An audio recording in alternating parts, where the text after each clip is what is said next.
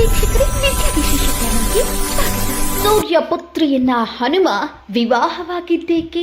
ವಿವಾಹವಾದ್ರು ಆಂಜನೇಯ ಬ್ರಹ್ಮಚಾರಿಯಾಗಿಯೇ ಉಳಿದಿದ್ದೇಕೆ? ಇಂದಿಗೂ ಆಂಜನೇಯ ಹಾಗೂ ಸುವರ್ಚಲಾ ದೇವಿಗೆ ಕಲ್ಯಾಣೋತ್ಸವ ನಡೆಯುವ ಆ ದಿವ್ಯ ಸನ್ನಿಧಿ ಯಾವುದು ಅನ್ನುವುದರ ಕಂಪ್ಲೀಟ್ ವಿವರವನ್ನ ಈ ಒಂದು ವಿಡಿಯೋದಲ್ಲಿ ತೋರಿಸ್ತೀವಿ. ವಿಡಿಯೋವನ್ನ ಕೊನೆವರೆಗೂ ನೋಡಿ.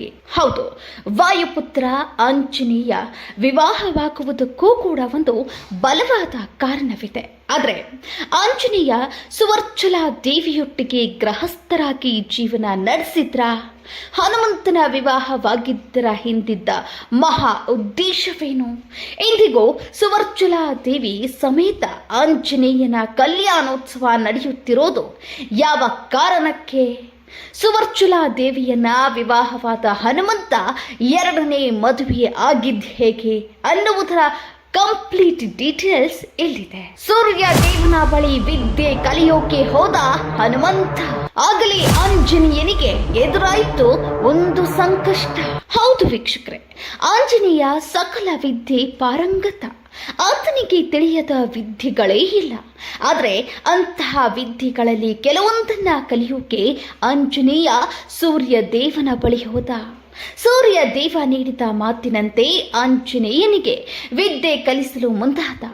ಆಗ 5 ವಿದ್ಯೆಗಳನ್ನ ಕಲಿಸಿದ ಸೂರ್ಯ ದೇವ ತನ್ನ ಬಳಿಯಿದ್ದ ಇನ್ನೂ 4 ವಿದ್ಯೆಗಳನ್ನ ಆಂಜನೇಯನಿಗೆ ಕಲಿಸಲಿಲ್ಲ. ಯಾಕೆಂದ್ರೆ ಆ 4 ವಿದ್ಯೆಗಳನ್ನ ಕಲಿಯಬೇಕೆಂದ್ರೆ ಗೃಹಸ್ಥರಾಗಿರ್ಬೇಕು. ಇದು ಆಂಜನೇಯನಿಗೆ ಸಂಕಷ್ಟವನ್ನ ತಂದೊಡ್ಡಿತು. ವಿವಾಹವಾಗದೆ ಹೊರತು ಕಲಿಯದ ಆ 4 ವಿದ್ಯೆಗಳನ್ನ ಕಲಿಯೋದು ಹೇಗೆ ಅನ್ನೋ ಸಮಸ್ಯೆ ಆಂಜನೇಯನನ್ನ ಕಾಡೋಕೆ ಶುರು ಮಾಡ್ತು. ಆಗ ಸೂರ್ಯ ದೇವ ಆಂಜನೇಯನಿಗೆ ವಿವಾಹವಾಗುವಂತೆ ಹೇಳ್ತಾನೆ. ಆದರೆ ಆ ಜನ್ಮ ಬ್ರಹ್ಮಚಾರಿ ಆಗಿರುವ ಆಂಜನೇಯ ವಿವಾಹವಾಗುವುದು ಅಸಂಭವ ಎಂದು ಹೇಳ್ತಾನೆ. ಆಂಜನೇಯನ ಬ್ರಹ್ಮಚರ್ಯವನ್ನ ತಿಳಿದ ಸೂರ್ಯ ದೇವ ಒಂದು ಉಪಾಯವನ್ನ ಹೂಡುತ್ತಾನೆ. ಅದುವೇ ತನ್ನ ತೇಜಸ್ಸಿನ ಶಕ್ತಿಯಿಂದ ಜನಿಸಿದ ತನ್ನ ಪುತ್ರಿಯಾದ ಸುವರ್ಚಲಾ ದೇವಿಯೊಂದಿಗೆ ಹನುಮ ವಿವಾಹ ಮಾಡೋದು. ಇನ್ನು ಸೂರ್ಯ ದೇವನ ಪುತ್ರಿಯನ್ನ ವಿವಾಹವಾಗೋಕೆ ಆಂಜನೇಯ ಕೂಡ ಸಮ್ಮತಿ ನೀಡ್ತಾನೆ. ಹೀಗೆ ಆಂಜನೇಯ ಸಮ್ಮತಿ ನೀಡೋಕ್ಕೂ ಒಂದು ಬಲವಾದ ಕಾರಣವಿರುತ್ತೆ. ಸುವರ್ಚಲಾ ದೇವಿ ವಿವಾಹಕ್ಕೆ ಆಂಜನೇಯ ಒಪ್ಪಿದ್ದೇಕೆ? ವಿವಾಹದ ನಂತರ ಸುವರ್ಚಲಾ ದೇವಿ ಹನುಮನೊಟ್ಟಿಗೆ ಇದ್ಲ. ಇದು ನಿಜಕ್ಕೂ ಅಚ್ಚರಿ ಹುಟ್ಟಿಸೋ ಸಂಗತಿ. ಯಾಕೆಂದ್ರೆ ಆ ಜನ್ಮ ಬ್ರಹ್ಮಚಾರಿಯಾದ ಆಂಜನೇಯ ವಿವಾಹವಾಗೋಕೆ ಒಪ್ಪೋದು ಅಂದ್ರೆ ಅದು ಸಹಜ ಸಂಗತಿ ಅಲ್ಲವೇ ಅಲ್ಲ. ಆದ್ರೂ ಸೂರ್ಯ ದೇವನ ಮಾತಿಗೆ ಒಪ್ಪಿ ಹನುಮ ವಿವಾಹವಾಗಿದ್ದಾದ್ರೂ ಏಕೆ ಗೊತ್ತಾ? ಸುವರ್ಚಲಾ ದೇವಿ ಸೂರ್ಯ ಪುತ್ರಿಯಾದ್ರೂ ಆಕೆ ಮಹಾನ್ ತಪಸ್ವಿನಿ.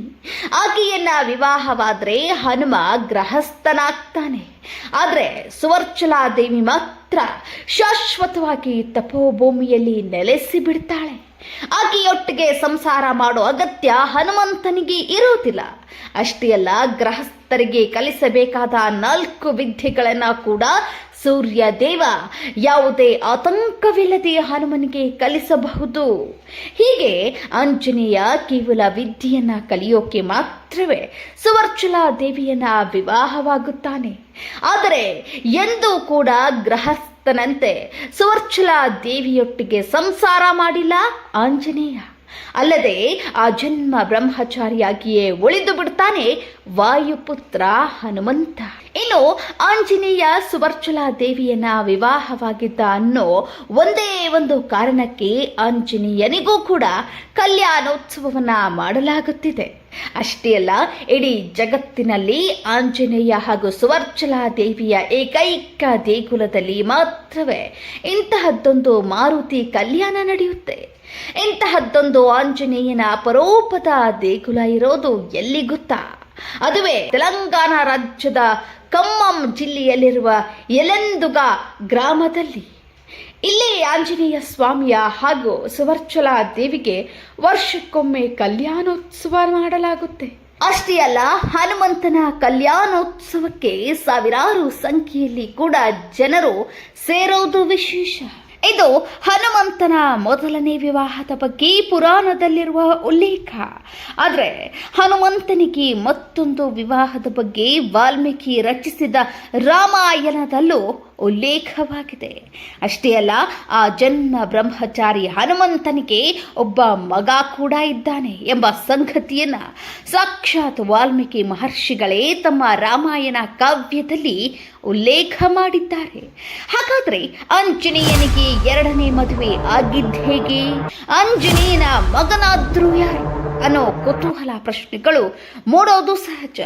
ಅಂತಹ ಕುತೂಹಲಗಳಿಗೆ ಉತ್ತರ ಕೊಡಬೇಕಾದ್ರೆ ವಾಲ್ಮೀಕಿ ರಚಿಸಿದ ರಾಮಾಯಣದಲ್ಲಿರುವ ಆಂಜನೇಯ ಪುತ್ರನ ರಹಸ್ಯವನ್ನ ತಿಳಿಯಲೇಬೇಕು. ಆಂಜನೇಯನಿಗೆ ಆತಂಕ ಹುಟ್ಟಿಸಿದ ಮಗನೊಟ್ಟಿಗೆ ಹನುಮ ಮಾಡಿದ್ದ ಘೋರ ಯುದ್ಧ.